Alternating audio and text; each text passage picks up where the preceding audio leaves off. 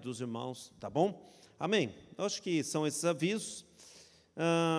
Gênesis capítulo 22, versículo 1 e 2, eu gostaria de ler com vocês.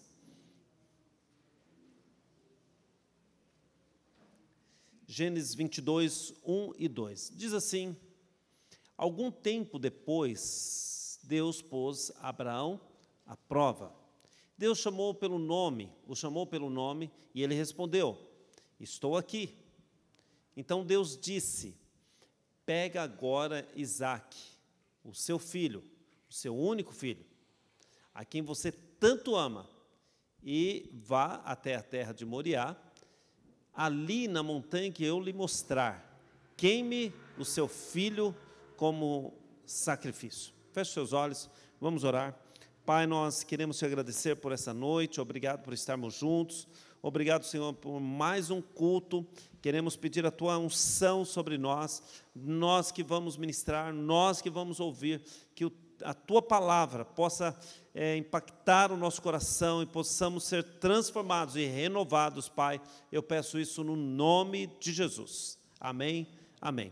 Meus irmãos, nós falamos sobre isso no encontro, sobre desenvolver um coração, quer dizer, gerar um coração inteiramente para Deus. Todos nós sabemos que devemos amar a Deus, mas amar a Deus não é uma sugestão, não é um conselho. Segundo o Êxodo, capítulo 20, versículo 13, eu gostaria que os irmãos abrissem para mim, me ajudassem aí. Amar a Deus é um mandamento, olha lá. Vamos ver lá. Não adore outros deuses, adore somente a mim. Então, não é uma opinião, não é uma sugestão, não é um conselho que se dá, mas é um mandamento. Aí, quando Jesus, lá em Marcos, ele reafirma este mandamento. Quer ver? Vamos lá, Marcos capítulo 12, versículo 28 até o 30. Vamos ver, 12, 28. Um mestre da lei que estava ali ouviu a discussão, viu que Jesus tinha dado uma boa resposta, e por isso perguntou: qual é o mais importante de todos os mandamentos da lei? Olha o que Jesus responde. Jesus respondeu: é este: escute, povo de Israel, o Senhor nosso Deus é o único Senhor. Ame o Senhor seu Deus com todo o seu coração, com toda a alma, com toda a mente e com todas as forças. Então, amar a Deus, nós sabemos que devemos amar a Deus. Quando você pergunta para alguém: você ama a Deus? Lógico que eu amo a Deus. Então, as pessoas sabem, têm esse conhecimento, mas muitos acabam caindo naquele de: não, você ama a Deus, mas, sabe, como se fosse um conselho ou como se fosse uma sugestão. Então, não é a mesma coisa. Quando você vê sobre o amor a Deus, é diferente de quando alguém pergunta para você se você gosta, por exemplo, se você ama chocolate. Você gosta de chocolate? Amo chocolate.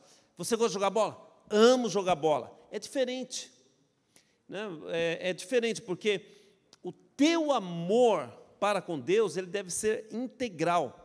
O teu coração deve estar inteiramente para Ele. É isso que Êxodo 23 diz, e isso que Marcos 12, 28 também diz. Quer dizer, é de toda a tua alma, com toda a tua força. Então, quando você fala do amor que você sente, por exemplo, pela esposa, pelo marido, né, esse amor não transforma nada na sua vida, não melhora você em nada, não muda a maneira que você joga bola, como nós citamos, não muda a maneira como você come chocolate, mas quando nós falamos de amar a Deus, esse amor, ele deve moldar a nossa maneira de tratar as pessoas. Esse amor, quando nós dizemos assim: eu amo a Deus, esse amor, ele deve moldar a maneira como eu trato o meu cônjuge, ele molda e muda a maneira de como eu devo me alimentar, como que eu devo jogar bola. E esse amor, ele interfere diretamente na minha vida. Então, amar a Deus tem que, obrigatoriamente, meus irmãos, mudar a atitude na nossa vida. Quando alguém fala assim, que ama Deus, esse amor do qual ele cita, deve mudar o seu comportamento, a sua maneira de falar, a sua maneira de expressar, a sua maneira de pensar, a sua maneira de andar por este mundo. Então, a tua vida com Cristo, o teu relacionamento com Deus, ou ele é a coisa mais importante para você, ou ele não tem importância nenhuma, porque é impossível alguém falar assim, olha, pastor, eu amo a Deus. Alguém fala, eu amo a Deus. Mas esse amor que ele sente, ele é um amor moderado. Não, eu amo a Deus de forma moderada, eu sou equilibrado. Então, meus irmãos, se nós voltarmos lá para Marcos capítulo 12, volta lá para a gente. Ele não fala desse amor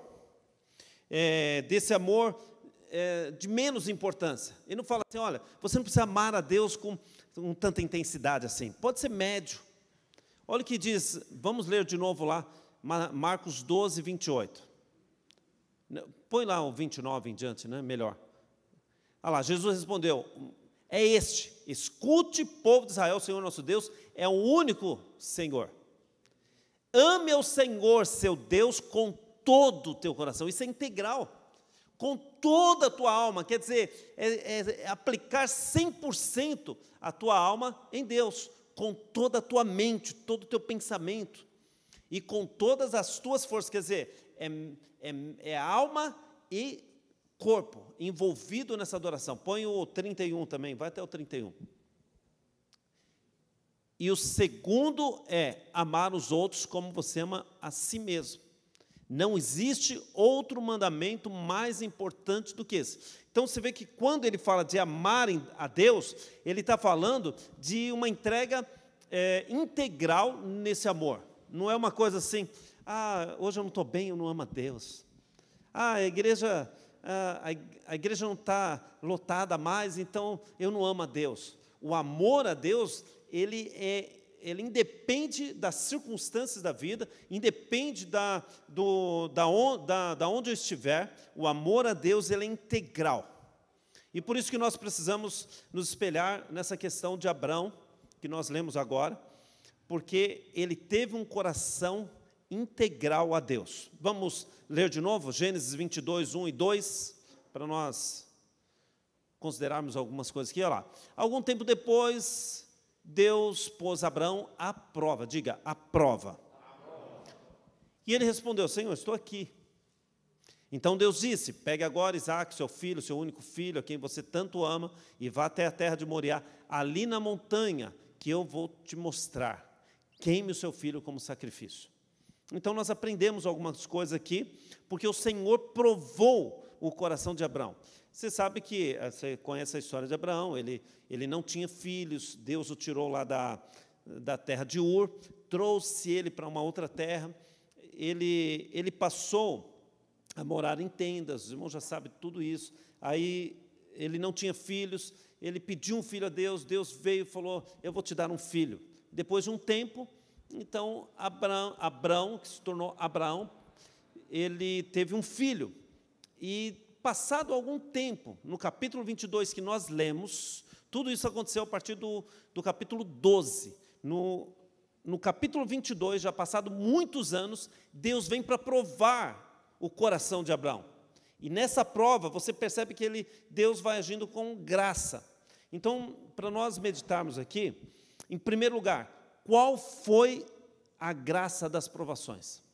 Ou qual a graça nas provações?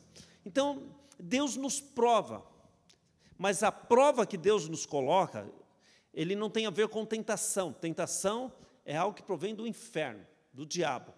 Prova procede de Deus. E a prova que Deus nos dá sempre será para nos fortalecer. Então, se você estiver passando alguma prova, nunca pense, eu vou ficar, sabe, prostrado. Não, Deus te dá prova para você ser fortalecido. Pastor, onde está isso na Bíblia? Vamos lá ver, Êxodo capítulo 20, versículo 20. Abra aí para eles, 20 e 20.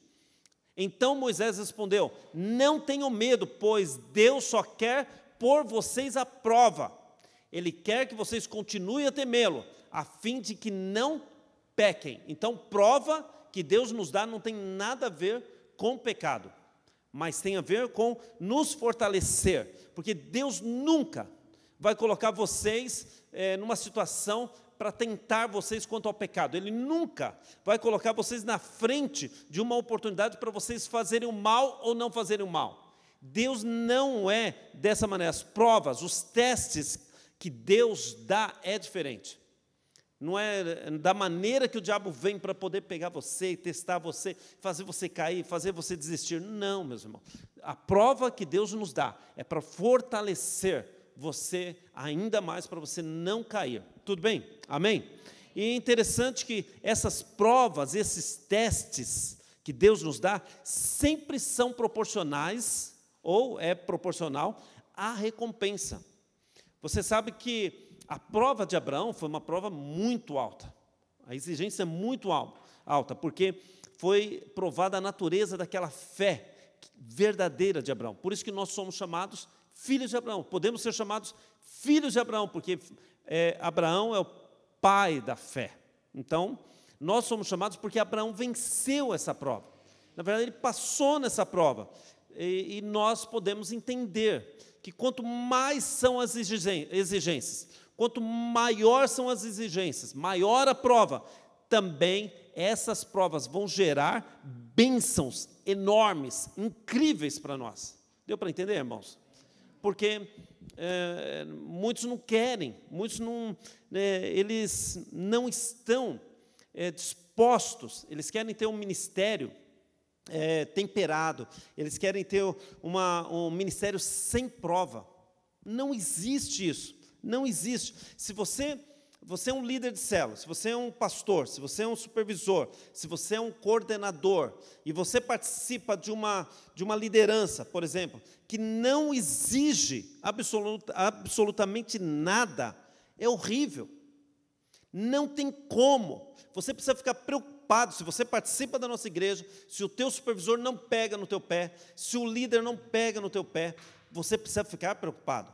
Porque nós, como seres humanos, e nós temos uma tendência de termos uma vida, queremos ter uma vida confortável, sem provações, ter um ministério confortável, sem nenhuma provações. Agora, quando nós entramos por isso, é um perigo, porque aí passamos a estarmos numa posição perigosa, porque é onde o diabo vem e procura nos derrubar em suas armadilhas. Como que ele faz isso? Ele procura te desanimar. Quando você quer ter um ministério confortável, eu não quero ter luta, eu não quero ter prova, sabe, eu não quero ter dificuldade. Então, quando você chega nesse nível de falar assim, eu quero poder ter um ministério sem nenhuma aprovação, sem nenhuma exigência, eu quero ficar na igreja, não quero que ninguém me cobre. Então, você começa a cair para o lado de grande perigo, de ter o diabo se aproximando de você para te desanimar, para te desestimular, para te fazer desistir, para entregar aquilo que Deus tem colocado na sua mão, para você desistir disso.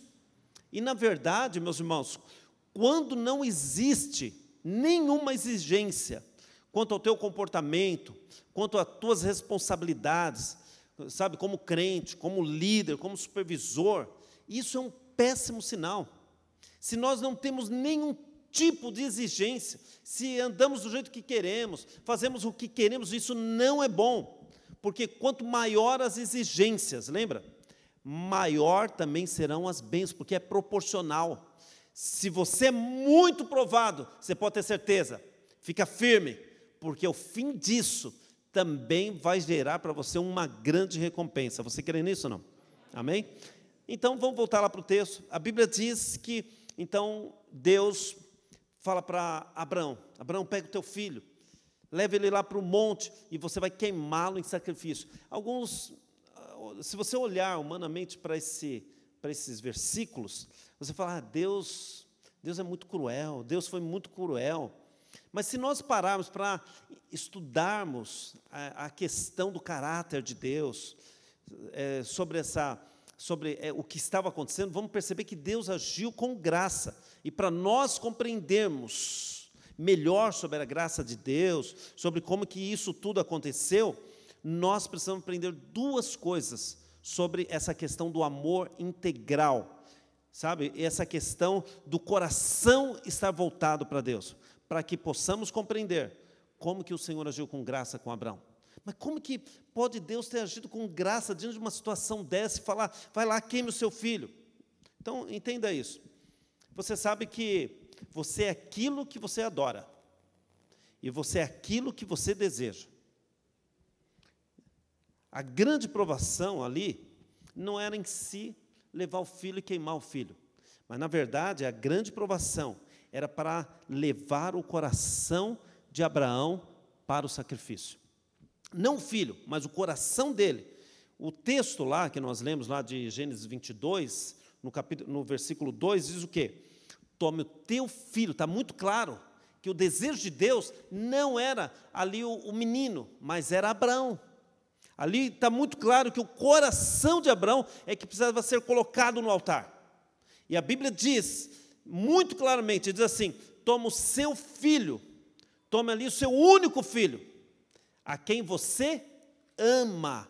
Então o Senhor está ali resgatando o coração de Abraão, porque parece que aquela promessa do único filho se tornou a promessa mais importante do que ser pai de multidões. Abraão estava fixado em Isaac. Abraão tinha um coração voltado só para Isaac. Não era mais completamente para Deus. Não tinha tudo só para Deus. Agora Isaac ocupava uma parte do coração dele. Agora o filho, agora era tudo para ele. Então Abraão começou a adorar o filho. Abraão começou a desejar o filho. Então, meus irmãos, o que Deus queria? Queria pegar Abraão e colocar ele no altar, e Deus queria que ele voltasse a desejar ser pai de novo, como era antes de ter o filho. Qual que era o desejo de Abraão? Ah, Senhor, sabe, eu não tenho filho. Eu não tenho filho. Quem vai assumir a minha família, a minha herança, vai ser Eliezer, o filho de Eliezer. Ou melhor, Eliezer vai assumir agora a minha herança, porque eu não tenho filho. E Abraão desejava ter filhos. Só que nessa altura do capítulo 22, o desejo dele já não era mais igual. E Deus então queria trazer Abraão para novamente desejar ter filho, mas não um filho, um único filho, mas desejar ter muitos filhos. Deu para entender? Então, o que você tem amado? O que você tem desejado? Um filho apenas? Uma bênção única? Ou muitos filhos? Uma bênção multiplicada da parte do Senhor. Então, uma outra coisa importante é que você só vai a lugares que o seu coração já esteve. Você sabe que é uma guerra, né? É uma guerra para quem que ocupa o teu coração. Tanto que a Bíblia, ela nos orienta em relação a isso. Quer ver? Vamos ver um versículo lá para mim? Provérbios capítulo 4, versículo 23. Porque é uma batalha, é uma guerra por causa do teu coração. É uma guerra para ver quem domina o teu coração. Porque todas as tuas decisões, todos os caminhos que você toma, eles são moldados pelo que está dentro do teu coração. Aquilo que está dentro do teu coração é que vai dar uma direção para a tua vida. Então, por isso que você só vai a lugares aonde o teu coração já esteve. Se o teu coração não experimentou, você não vai. Quer ver? Vamos ver lá. Tenha cuidado com o que você pensa, pois a sua vida é dirigida pelos seus pensamentos. Tem uma outra tradução? Coloca a tradução, isso. Olha lá. Sobre tudo que se deve guardar. Guarda o quê? O teu coração. Porque dele procedem as fontes da vida. Então, pelos lugares que o seu coração tem andado, é o que vai direcionar a tua vida. Aquilo que está guardado dentro de você é que vai te fazer tomar decisões e andar por alguns caminhos. Então, quais caminhos o teu coração tem andado?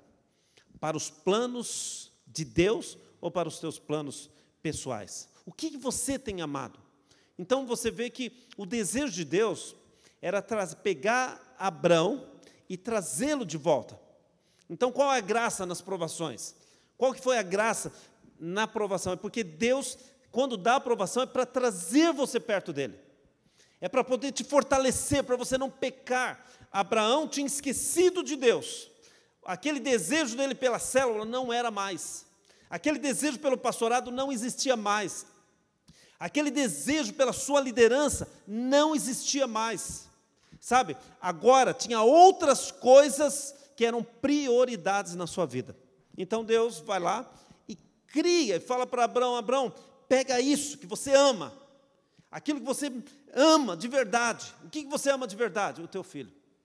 Aquilo que você me trocou. Agora eu não ocupo 100% do teu coração, agora tem outras preocupações na vida que ocupam o teu coração. Pega isso e traz e coloca no meu altar. Mas a ideia era pegar o coração do crente, era pegar o coração do líder e trazer de volta, para ele voltar a ter o desejo novamente por aquilo que ele tinha antes, que Deus se agradava. Tudo bem, meus irmãos? Em segundo lugar, você vê uma outra coisa que podemos aprender com essa história, com essa passagem, é a fé verdadeira leva à absoluta obediência. Uma outra coisa que aprendemos é sobre o que move o nosso coração. O que move o teu coração? Qual é o motor da tua liderança? O que move você? O que tem te mantido nesse caminho? Para um lugar, para uma direção, para um alvo. Então, quando a gente olha para o texto, você começa a olhar o texto falando assim: meu Deus, e se fosse eu?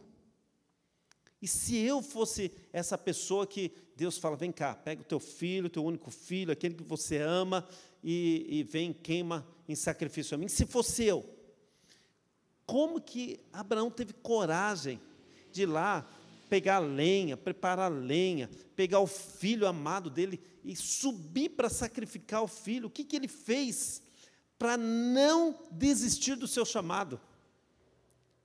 Nesse momento, meus irmãos, nesse exato momento, no momento de uma tão grande provação, muita gente desiste do seu chamado. Mas o que Abraão fez para não desistir do chamado dele?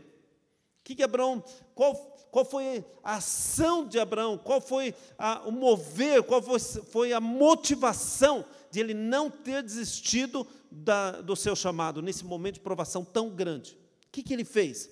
Então, a gente percebe o quê?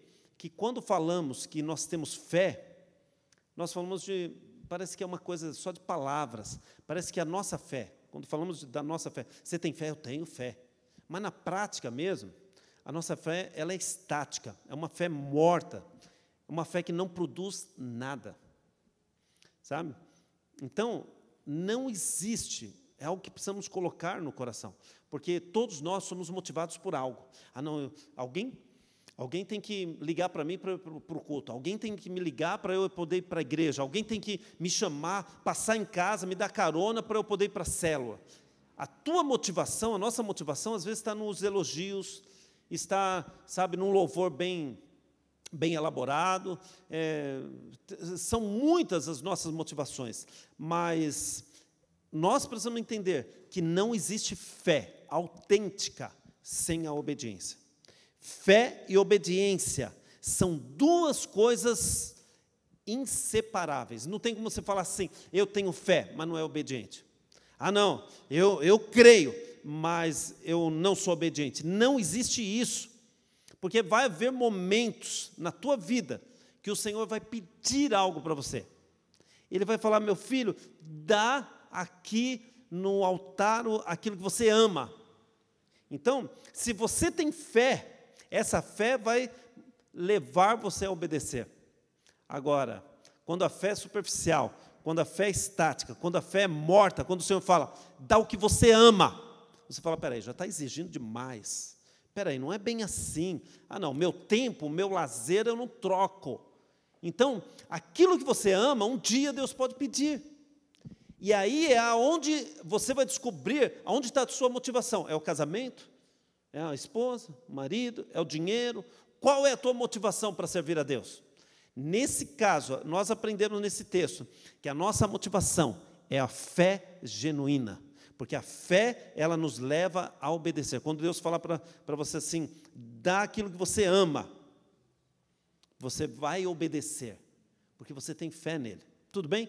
Então, quer dizer, a pessoa que está sempre falando assim, está muito difícil, está muito pesado, na verdade, ele tem fé, mas ele tem fé em algo que não é Deus, que não é o Senhor, porque a fé sempre envolve obediência. Quando Deus fala, dá o que você ama, a pessoa fica pensando, mas não dá, Senhor, sabe?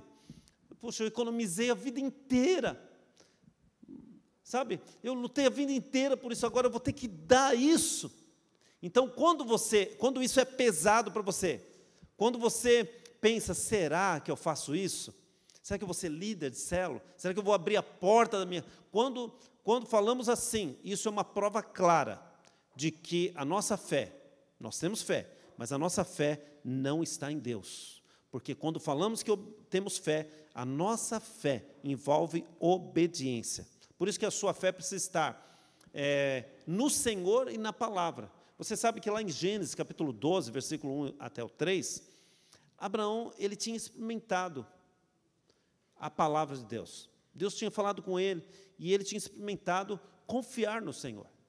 Ele entendeu, espera aí, o Senhor falou, sai da tua terra, da tua parentela, vem para uma terra que eu vou te mostrar, vem aqui. Aí o Senhor fala com ele, fala, olha, Abraão, eu vou fazer de você uma bênção, as famílias da terra vão ser abençoadas, tudo por tua causa.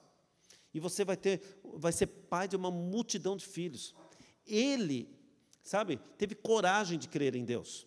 Ele não ficou pensando, Senhor, está exigindo muito, eu estou lá no Bem Bom, tenho minha empresa lá em Ur, sabe, eu tenho meus negócios lá, tenho minha família lá, sabe, o Senhor está exigindo muito. Não, Abraão, até então ele era Abrão, ele experimentou confiar no Senhor, ele aplicou o seu coração. Então, quando chegou nesse momento do capítulo 22, então ele já tinha provado a fidelidade de Deus, agora Deus estava esperando que ele provasse, que mostrasse também a sua fidelidade a Deus. Deu para entender isso, irmãos? Então, não importa o tamanho da montanha, não importa o tamanho do sacrifício, aquele sacrifício que parece impossível, não importa, talvez tenha muita lenha para carregar, sabe? Não importa, se você tem fé, a tua fé vai te mover em obediência absoluta em Deus. Deu para entender? Agora, a tua fé está colocada em quê? Qual é o motivo da tua motivação? Se o motivo da tua motivação não for fé no Senhor e na sua palavra, a sua fé está colocada em lugar errado. E aí não tem como obedecer. Porque quando você coloca a tua fé no Senhor, você obedece. Amém? Fique de pé, então, em nome de Jesus. Vamos encerrar aqui. Se você permanecer firme, você verá o Cordeiro de Deus. Vamos ver o versículo 9, versículo 10 do capítulo 22. Veja bem. 9 e 10 do capítulo 22 de Gênesis. Chegaram a um lugar em que Deus lhe dissera, e edificou Abraão ali um altar. E pôs em ordem a lenha, amarrou Isaque, seu filho, deitou-o sobre o altar em cima da lenha. Estendeu Abraão a sua mão, tomou o cutelo para imolar o seu filho. Mais um. Mas o anjo do Senhor lhe bradou desde os céus e disse, Abraão, Abraão. E ele disse, eis-me aqui, vai no 12 também. Então disse, não estendas a tua mão sobre o moço, e não lhe faças nada, porquanto agora sei que temes a Deus, e não me negaste o teu filho, o teu único filho. Quando Abraão estava ali, tinha chegado no momento final, estava assim, né, com a mão já levantada, que ele já ia imolar.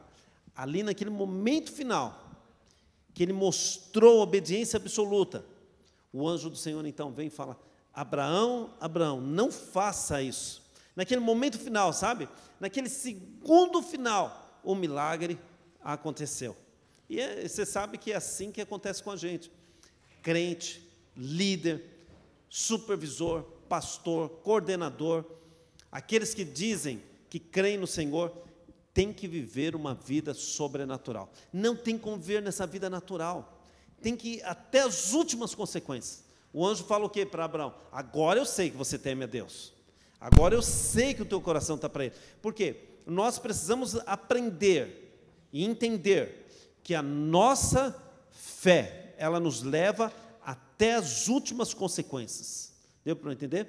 Então nós confiamos no Senhor até chegar na porta, sabe, da morte, porque nós sabemos que o Senhor nos livrará. Nós sabemos, temos plena confiança, mas se for necessário, nós morremos. Entendeu?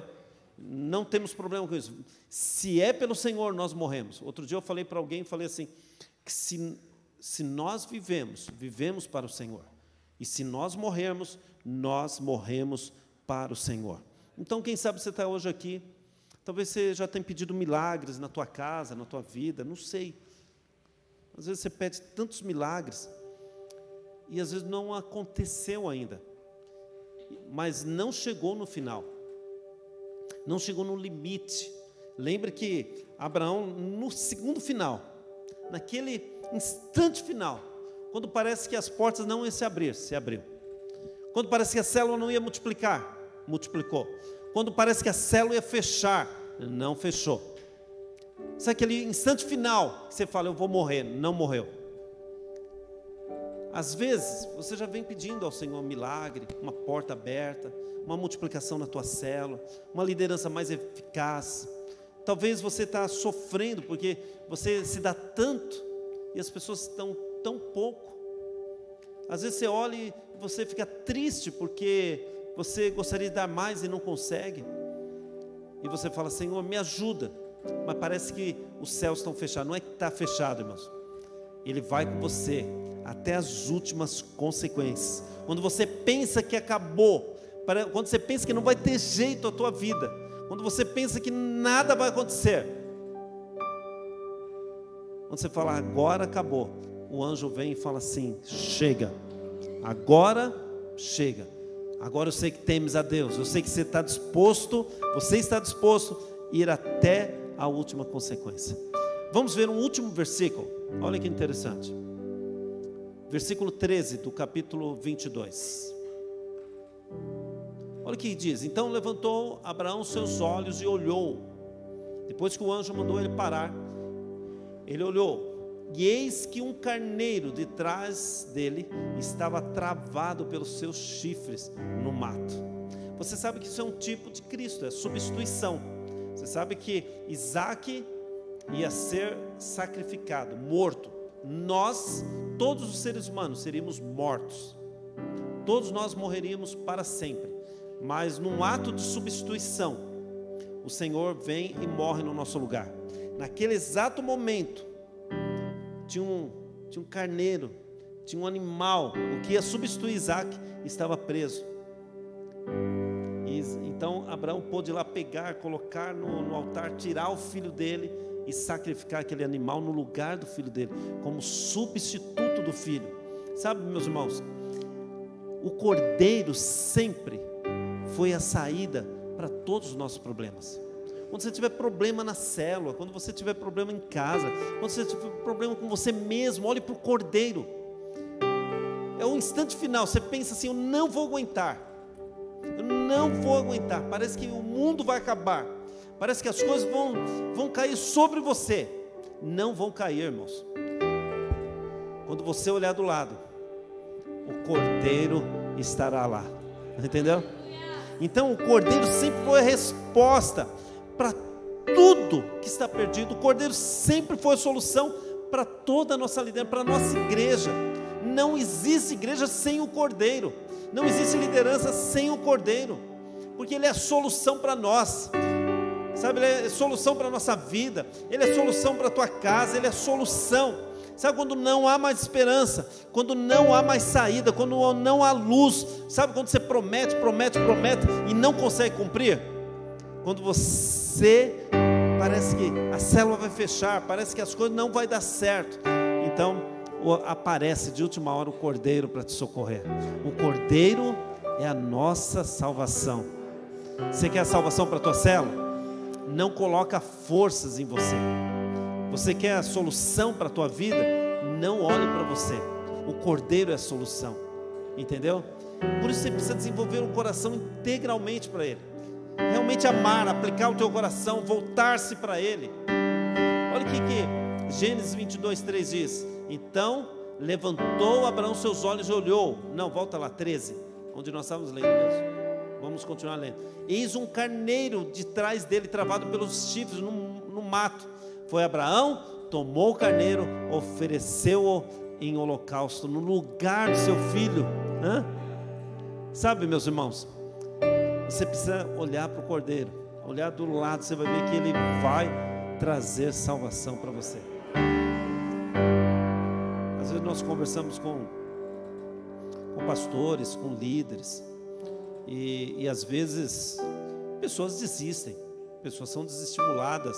Lembra que eu falei que o Senhor prova, e quando Ele prova para nos fortalecer, para nós não pecarmos. O diabo não, o diabo ele tenta para nos estimular, nos entristecer, nos remover da presença de Deus e até entregar aquilo que Deus colocou nas nossas mãos. Então, muitos caem nessas ciladas, porque eles não estão dispostos a permanecer na prova, e por isso eles caem em armadilhas do diabo. Então, aplica o teu coração, volta o teu coração, fala: Senhor, sabe, eu te amo, mas eu não te amo de palavras. O meu amor por ti não é um amor que somente é um amor morto, estático, somente de falar, de lançar no ar. Não, o amor que eu tenho pelo Senhor transforma a minha vida, transforma o meu viver, transforma tudo que está à minha volta, transforma a minha casa. O amor que eu tenho pelo Senhor me faz obedecer e me leva até o fim. Eu fico sozinho, Senhor, mas eu não vou desistir. Eu fico sozinho nessa célula, mas essa célula vai continuar, e eu sei que o Cordeiro será a salvação da minha célula, da minha liderança e também do meu ministério. Amém, meus irmãos? Feche os teus olhos, eu quero orar com você. Se você está em casa, feche os teus olhos também. O Cordeiro é a solução para a tua casa. O Cordeiro é a solução para a tua vida. O Cordeiro é a solução para a tua liderança. Por isso não desiste, continua. Sabe, quando você parece que continua. Abraão foi até o fim, continua, não desiste. Continua, vai caminhando com dificuldade, mas caminhe. Talvez às vezes triste, mas caminhe. Chateado, mas caminhe. Porque o Senhor vai abrir uma porta diante de você. Amém, meus irmãos? Então feche os teus olhos. Vamos orar ao Senhor. Quem sabe você está aqui hoje. Aplica o teu coração no exemplo de Abraão, dessa história que nós lemos. Ame ao Senhor de forma integral. Desenvolva o teu coração para o Senhor. Talvez você está buscando algo para a tua vida, está meio perdido nas coisas, você não sabe o que fazer. Aplique o teu coração.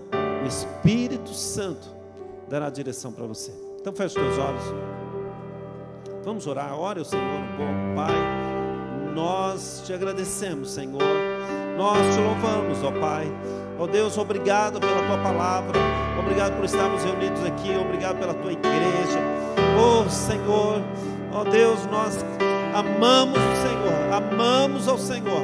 Senhor, que a nossa fé, essa nossa fé tem nos levado, Senhor, a obedecer. A nossa fé, Senhor, tem nos aproximado de Ti de uma forma que nos leva até as últimas consequências. Senhor, o amor ao Senhor, aquilo que nós sentimos por Ti, aquilo que nós aplicamos no nosso coração, ó Deus, transforma a nossa vida, porque primeiro o Senhor nos amou. O Senhor nos amando, ó Deus, a nossa vida é transformada, a nossa circunstância é transformada, nossa liderança é transformada, nossa rede é transformada, nossa igreja é transformada, porque o Senhor nos ama e nós o amamos, Senhor. E esse amor transforma a nossa vida, transforma o nosso dia a dia. Por isso, Pai, eu peço em nome de Jesus, visita o teu servo, visita a tua serva que está em casa. Aleluia. aqueles que estão em casa, aqueles que estão aqui com a gente, Pai, visita a nossa liderança. Senhor, ao passar tudo isso, nós vamos retomar novamente a vida da igreja, retomando os encontros, Senhor, a célula de forma integral, estejamos com o nosso coração aplicado de forma integral ao Senhor, Pai, pedimos isso, nos auxilie nisso, Pai, no nome de Jesus, em nome de Jesus, amém.